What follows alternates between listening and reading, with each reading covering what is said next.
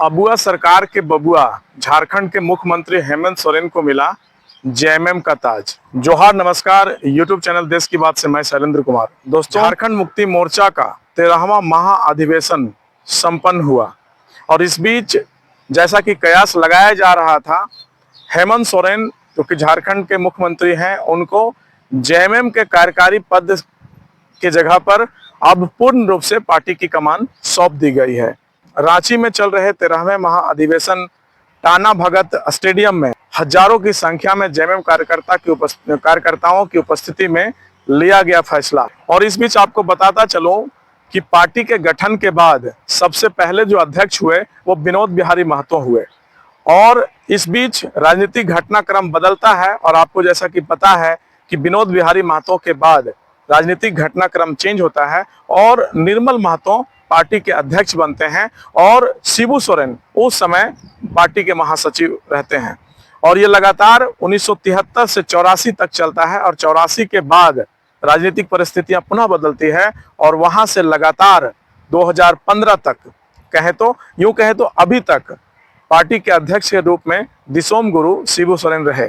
और सबसे लंबा कार्यकाल जो रहा वो दिसोम गुरु शिबू सोरेन का रहा। 38 वर्षों तक वो पार्टी के अध्यक्ष पद पे रहे। और 2015 में जमशेदपुर में हुए महाअधिवेशन के बाद कार्यकारी अध्यक्ष के रूप में हेमंत सोरेन को कमान सौंप दी गई और वहां से लेकर के अभी तक हेमंत सोरेन कार्यकारी अध्यक्ष रहे। और इस कार्यकारी अध्यक्ष कार्यकाल में पार्टी जो है सो बहुत विशेष तरक्की किया और दूसरी बार लगातार जो है पार्टी गठबंधन दलों के साथ प्रचंड बहुमत के साथ सत्ता में काबिज है। तो ये 13वां अधिवेशन अब संपन्न हुआ और अब जो है सो कहीं ना कहीं पार्टी का जो नीति है, पार्टी का जो उद्देश्य है वो विस्तार करना है और इसका जो पार्टी का दायरा है वो बिहार से लेकर के दिल्ली तक पहुंचाना है। केंद्रीय राजनीति में कहीं ना कहीं उसकी तैयारी चल रही है कि किस तरह से दिल्ली की राजनीति में झारखंड मुक्ति मोर्चा अपनी उपस्थिति दर्ज करे और साथ ही साथ बिहार में 2025 में जो चुनाव होने हैं उसमें भी पार्टी जो है सो अपनी उपस्थिति दर्ज कराए। बंगाल चुनाव भी आने वाले समय में, बिहार चुनाव के बाद बंगाल चुनाव होना है और बंगाल के चुनाव में भी पार्टी अपनी उपस्थिति दर्ज करेगी। तो ये रहा एक संक्षिप्त विश्लेषण कि इस बार महाअधिवेशन में जिस तरह से कयास लगाया जा रहा था कि झारखंड मुक्ति मोर्चा की कमान हेमंत सोरेन को सौंपी जाएगी और वो पूरी तरह से सौंप दी गई।